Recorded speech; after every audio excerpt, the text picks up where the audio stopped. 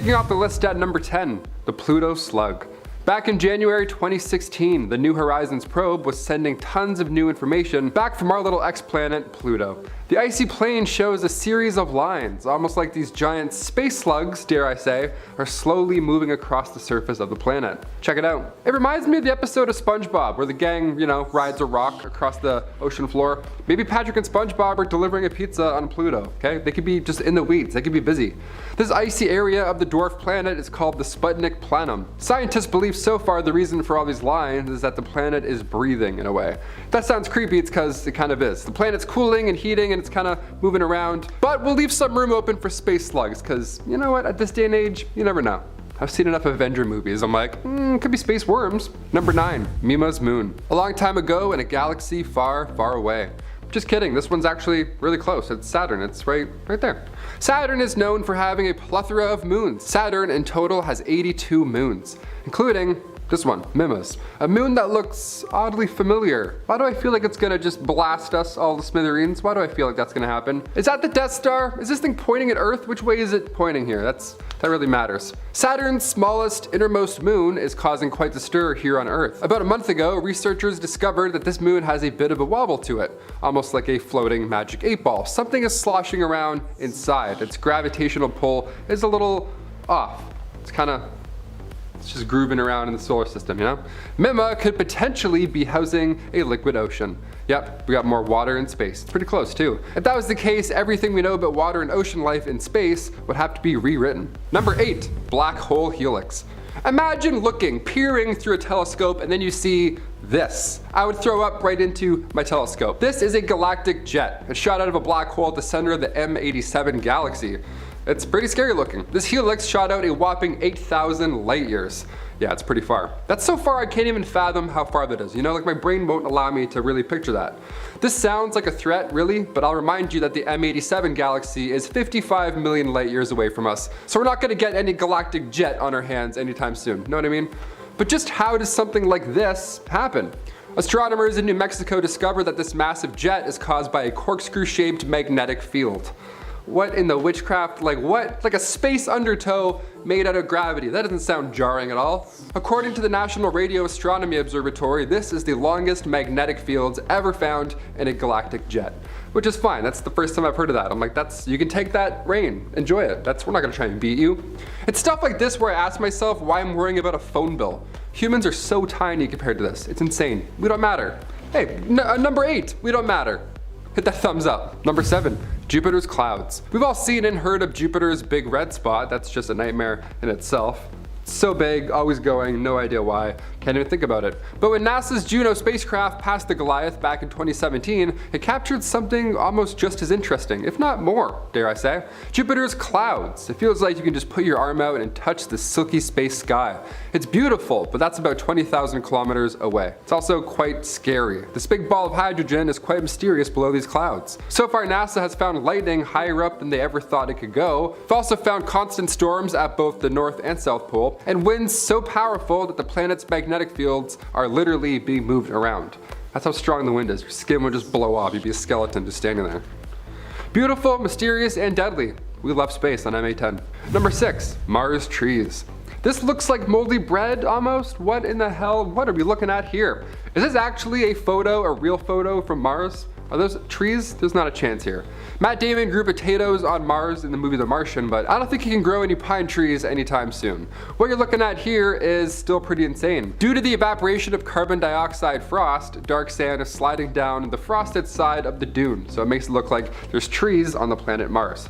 Sun-heated carbon dioxide ice, that's just, I read that and I go, what? What does that even mean? Where do I start with this? We thought we found a giant alien back in 1976 when NASA's Viking 1 flew by and it looked like a face was in the planet. Remember that? It looks like a Jabberwocky, it's just lying getting a suntan. This one here isn't an optical illusion, it's just weird space science. Number 5, smooth moon. When we think of moons in the sky or like how other planets have other moons, we think of them as our own. Just a big ball of cheese in the sky, a big sphere, it's got craters, it's pale, we get it, right? Well, as we've seen so far in this list, some moons can look like the Death Star, and some moons can look like chewed gum, apparently. Saturn's small moon Atlas looks like a UFO. It's not a sphere at all, it literally has the shape of a UFO. How scary is that? NASA's Cassini spacecraft caught this image back in 2017, and it almost looks like two moons have crashed into one another, and then now it has a ring-like edge to it. When new photos came back after discovering this moon way back in 1980, scientists were surprised that this moon is actually really smooth. In 4K, they're like, oh, it's not even the pixels, it's actually really smooth. A smooth moon, you say? Let me take a look here. This little smooth moon in the sky, little pervert. Number 4, dead galaxies. This one sounds scary. Dead galaxies. Guardians of the dead galaxy. New research from NASA, including the Hubble Space Telescope, along with the Atacama Large Millimeter Submillimeter Array in northern Chile, they found 6 different dead galaxies in total. They're all like, that's 1, that's 2, and they're like, hey, we found 4, all dead, horrifying. How does this happen? Let's look into it. These dead galaxies had run out of the cold hydrogen needed to make stars, and without the fuel for new stars, these galaxies were basically running on nothing at that point. It's kind of like when your car battery dies, only this is on a cosmic scale. This discovery led us to new questions we didn't even know we had. Like, what led to these galaxies to die anyways? What happened to all the cold gas in them so early on? These 6 galaxies lived fast and hot lives, but we aren't sure what went wrong quite yet. Lead author and assistant professor of astronomy at the University of Massachusetts, Kate Whitaker, she proposed several potential explanations and gave us insight onto the future of the studies, which she said, did a supermassive black hole in the galaxy's center turn on and heat up all the gas? If so, the gas could still be out there, but now it's just cold.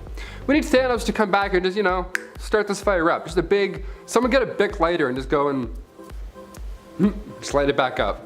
Alas, new life. Is that Thor? Welcome back. Number 3, solar flares. Our lives literally revolve around the sun. It blesses us with life energy, solar rotation, and most importantly, tan lines, obviously. But sometimes she acts up. Sometimes she gets a little cray-cray. Sometimes she gets a little and then she spurts out lava and scares us all. Sometimes she creates these powerful magnetic fields that create sunspots larger than our entire planet. Yep, like I said, she's moody. This creates a stream of radiation. It's called solar wind. Now, normally this is a beautiful event to see. We have many photos of it now. The northern lights happen because of Earth's magnetic field reacting to this specific radiation. Beautiful, but really scary when you think about it. This past October, a large solar flare was spotted, and then 3 days later, it finally hit Earth. The geomagnetic storm reached category G2, which out of 5 is pretty strong, especially when you look at it as a, on a planetary scale. The biggest solar event was back in 1859. It's called the Carrington event. It was strong enough to disrupt telegraph communications, even shocking, literally shocking, some telegraph operators. Like, if that happens again, and it's even stronger this time, we're looking at huge power outages on a massive scale. Imagine talking to someone on your iPhone and it blows up. Right in the middle of Avatar 2, boom, blackout. Life as we know it is now meaningless. We're all crying in public. Number 2, the space crab. Is the multiverse collapsing? What is this? The appropriately named space crab nebula was discovered back in 1054. Yeah, way back then, astronomers looked into the sky and saw this new bright star. They saw it during daytime. That's how they knew something was up. What they were observing at the time was a supernova explosion. How spectacular is that? This was when the Crab Nebula was born. It's not too far away either. It's just a mere, 6,500 light years tucked away in the constellation Taurus. If you're a Taurus, you're watching, you're like, oh, no way. I'm a Libra. I'm like, get out of here. What do you know? The image of the space crab here was captured over the course of 3 months. NASA put together 24 exposures captured by, of course, our Hubble. The orange glow we see, those are literally star remains, just large pockets of hydrogen. The interesting part here with the space crab is back in 2005, over the course of 10 Hubble exposures from September to November, these waves can be seen expanding outwards, waves coming from the nebula's pulsar. Space is so scary. We have one moon to worry about here. Meanwhile, all of this is going on in our space neighborhood. I'm terrified. And finally, number 1, mystery wave. More waves coming in hot. Really hot this time around. If you've seen Interstellar, this next one should hit close to home. I'm not a fan of wave pools or waves in general. My stupid head just bobbing around in the ocean, that's peril. That's a nightmare situation. I can't swim too well. I don't know, I'm too lanky. I'm like a piece of seaweed floating around. The largest wave ever seen in the entire solar system, of course I had to save this one for last. On a planet a little closer to the sun, Venus, the pressure in the atmosphere can cause some massive waves. Back in 2015, a Japanese spacecraft zoomed by and caught this phenomena. Usually clouds there will move around 100 meters a second, but these clouds, these massive ripples, stayed in the same place for 4 days. Way above the ground level also. They were just like, huh? and then they got stuck there. Due to a runaway greenhouse effect, temperatures on Venus hit around 460 degrees Celsius. So this wave may have been powerful enough to change the climate for those 4 days. Pretty crazy. I feel like Canada, we get a lot of weather changes, but this is next level. Kicking off the list at number 10, the largest known comet. Comet Bernardelli-Bernstein. What a name right there. Okay, what a find as well, may I add. June 23rd, 2021, so pretty recently, Pedro Bernardinelli was a grad student and researcher. He was originally observing outer solar system objects like trans-Neptunian objects, stuff like that, but thanks to dark matter, he ended up finding this mega comet instead, which is pretty sweet. He's like, sure, I'll take it, let's look into it. So he went to his advisor, a cosmologist named Gary Bernstein, and he told him to look into it. Like to literally look into it. 10 times wider than a typical comet. This thing is huge. Last time it was near our sun was a good 3 million years ago, and now it's back. Well, in 10 years, it'll be close. So get your wishes ready. All you have to do is say the comet's name 3 times fast, and you're set. Good luck. Bernardinelli-Bernstein, Bernardinelli-Bernstein, Bernardinelli-Bernstein. Yes! That's a hard name to say. I was Googling it, and I'm like, oh man, I love your names. Great observation and all, but actually no, that's great. That's a pretty sick name. I would name a comet my last name. McWaters, easy. Number 9, the unicorn. Not to be confused with Unicron, although both are equally scary, I'd say. The unicorn is the closest black hole to Earth. But don't panic, it's not gonna, turn us into spaghetti anytime soon, so we're good. The unicorn gallops 1,500 light years away from Earth. It's far away, and it's also pretty small. It's a tiny black hole, so it's extremely hard to find. That's why telescopes like James Webb will come in handy, so we can identify more of these little guys. Researchers were able to find the unicorn because a near star, a red giant for that matter, had its light shifting towards something. It's always special when you see sunlight just doing this, just melting towards something. You're like, okay, let's take a look. So they named it the unicorn because it's also tucked away in the unicorn constellation, Monoceros. The fact that it's rare also inspired the name, so yeah, it's a win-win. They're like, unicorn? Wait, can we do this? This is perfect.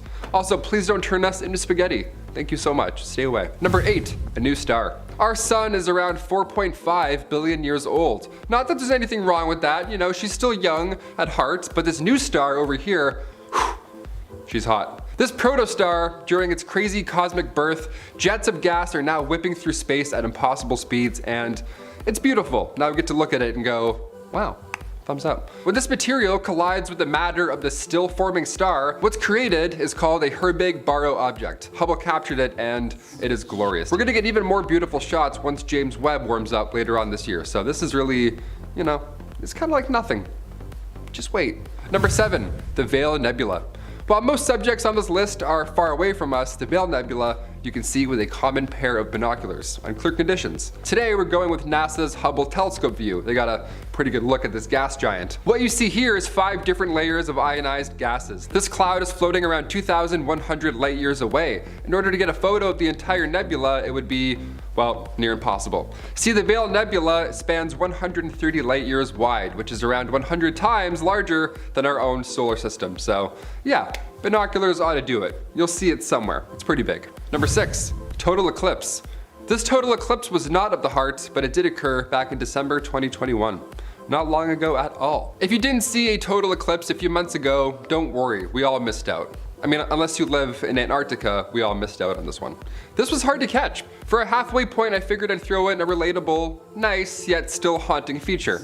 This Deep Space Climate Observatory satellite snapped a pic, and honestly, it looks like the poster of Independence Day. This is real and very scary.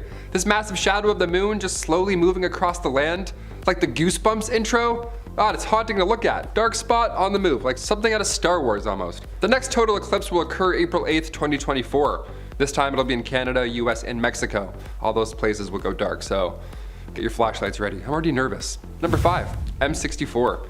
M64, aka the Evil Eye Galaxy, aka the Sleeping Beauty Galaxy, which is a lot nicer. I think we should call it that from now on, definitely. This one might be the coolest space photos of all time. This looks like an artist made it with CGI. I feel like this is concept art from Interstellar. Oh my gosh. What makes the M64 Galaxy so impressive to look at and worthy enough to throw on this terrifying list is the way that it moves. Ooh, the way it moves is just so... Gas on the inner galaxy rotates in one direction, and the outer layer spins the, well, you guessed it, opposite way. This is odd behavior for a galaxy. Scientists theorize that the Evil Eye Galaxy, Sleeping Beauty Galaxy, is the result of 2 galaxies crashing into one another. The fascinating thing really is we're looking at something 17 million light years away. So this image of the Evil Eye Galaxy, Sleeping Beauty, is actually from a long time ago, most likely. Mind-bending, right? Space is pretty mind-bending. Also terrifying. That's why the James Webb is such a big deal. We're gonna see very far into our past, theoretically. No one really knows what's gonna happen. We're just gonna look and, oh, dinosaurs. Number 4, gamma bursts. Somebody give Bruce Banner a heads up because we got a lot of gamma. We have so much gamma. When we look at extinction level events like, say, I don't know, a meteor smashing into the planet, we can bounce back from that. Humans, evidently. I mean, look at us. We're doing lists now. We're like, hey, subscribe, hit that thumbs up. I mean, sure, we lost some dinosaurs along the way, but millions of years later, we're here, we're popping. But when it comes to gamma rays hitting the planet, yeah, we're not so lucky at that point. We can't bounce back from that one. If a gamma ray happened any time in our past, be it millions of years ago, we still wouldn't be here.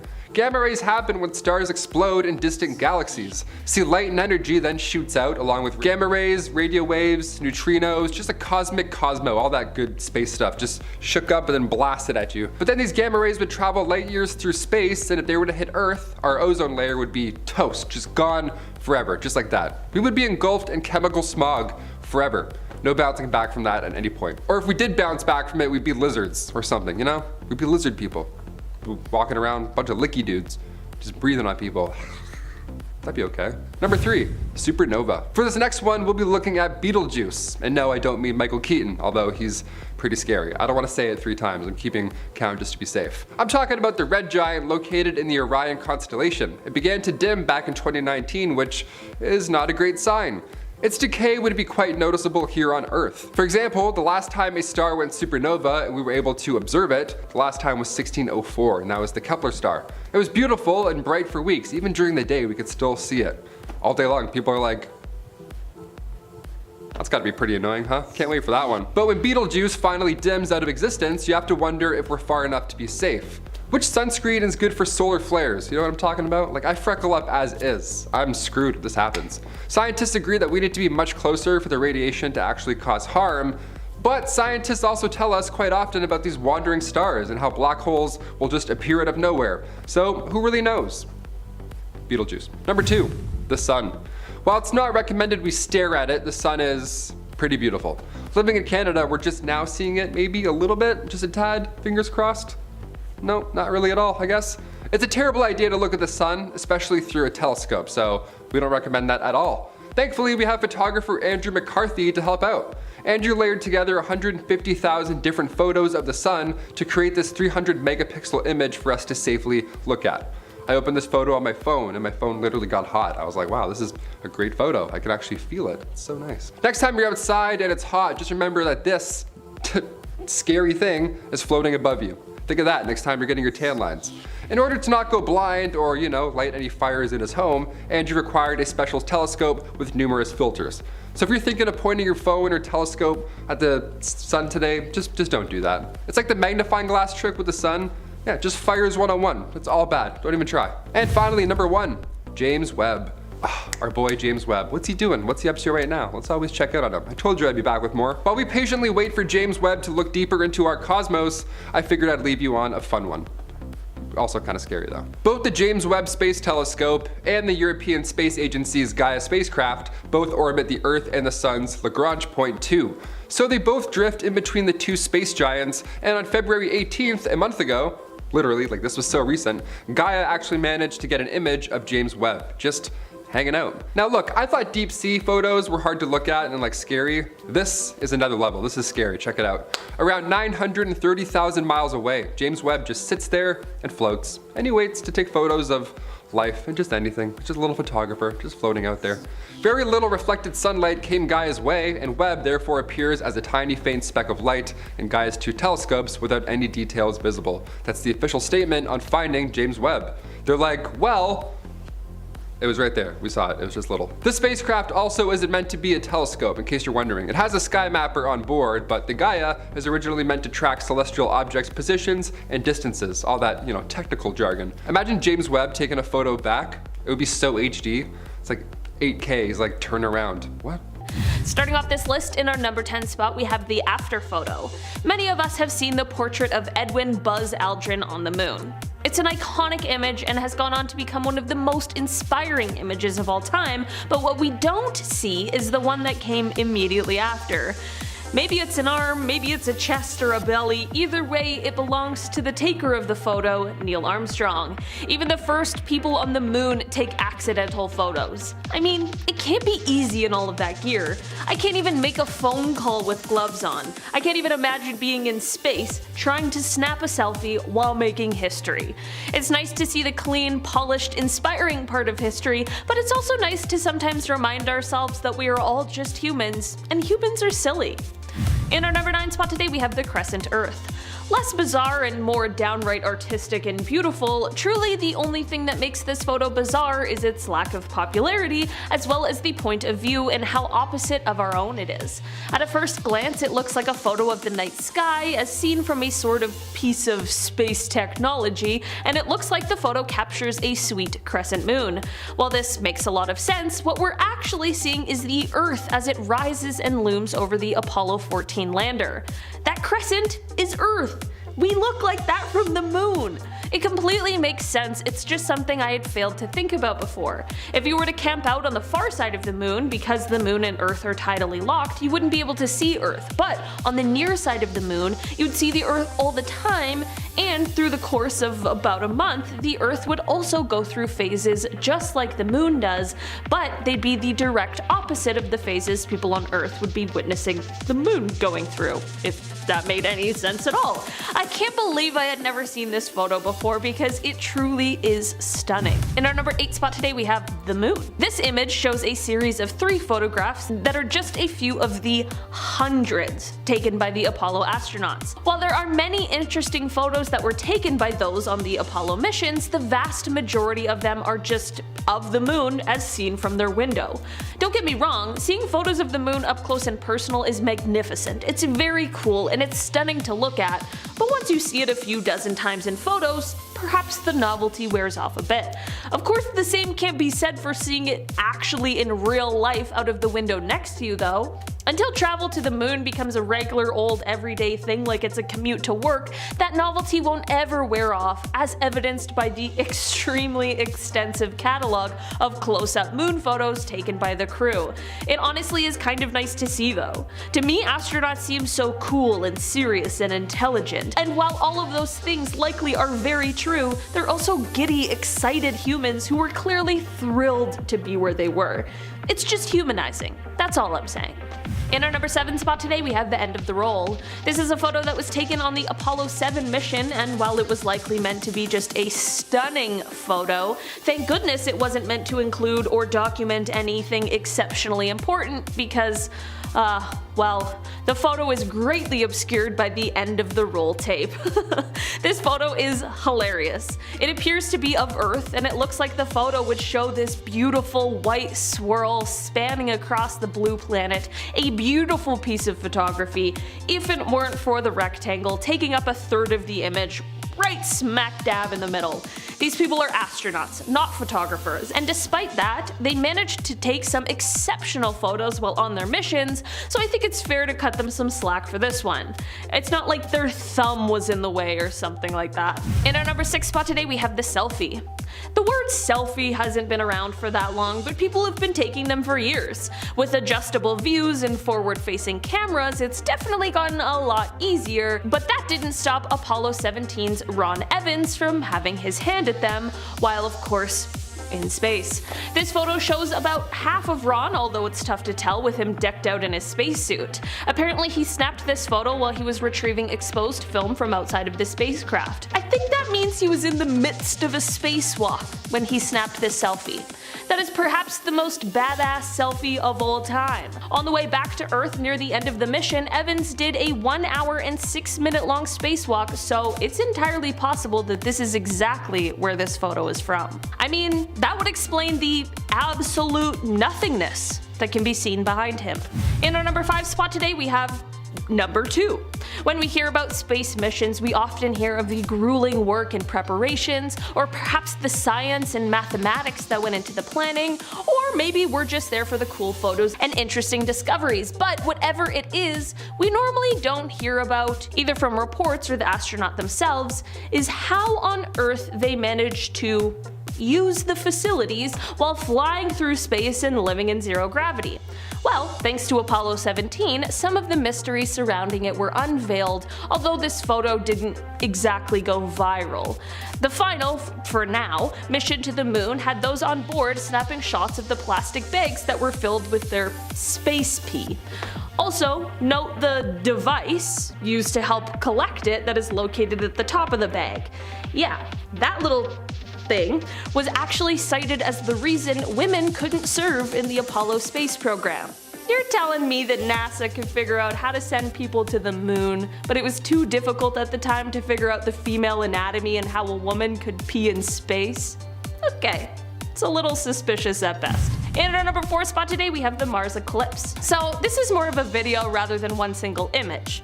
Well, actually it's a series of 89 different images that, when strung together, act like a video, but I digress. It was all captured by NASA's Curiosity rover as it showed us insights into what life is like on Mars. So on Earth, we have this weird coincidence that the distance ratio between the Earth and the Moon versus the Earth and the Sun is almost the same as the size ratio between the Moon and the Sun.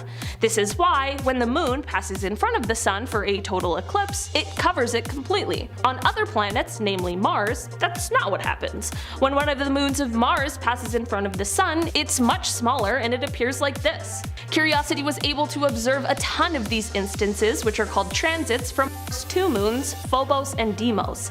It's just really strange to see how things that the average person wouldn't have necessarily thought about are so completely different on other planets. Of course it makes sense and it's perfectly logical, it's just strange to see it right in front of your eyes and really take a second to think about it. In our number 3 spot today, we have the Ceres. This is a series of photographs that were taken on the Apollo 17 mission. The first in the series is another photo that has gone down in history as one of the most iconic. A photo of our beautiful planet as seen from space. I mean, come on, how stunning! We are so lucky to have this as our home.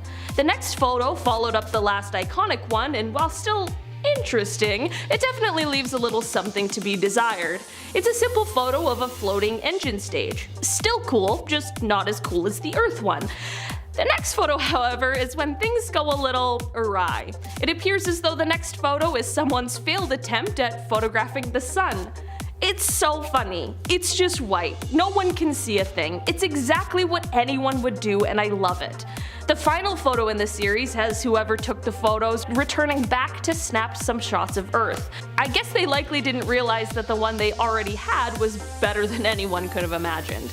In our number 2 spot today, we have Mimas. This is a photo that my brain can't even begin to comprehend as real. It's a photo of one of Saturn's moons called Mimas. This moon just so happens to have a 130-kilometer wide crater on it that is called Herschel. This is cool and interesting and makes this moon look absolutely fascinating, but this photo caught by the Cassini spacecraft in 2005 really brings it to a whole new level. As the sun lit up the Herschel crater, the spacecraft caught this image where we can actually see the rings of Saturn in the background. Firstly, Saturn has at least 83 moons, so snapping such a gorgeous picture of one isolated one probably isn't the easiest thing in the world, especially for a spacecraft. Secondly, some of the moons are huge. Like, the biggest of them all, Titan, is bigger than the planet Mercury.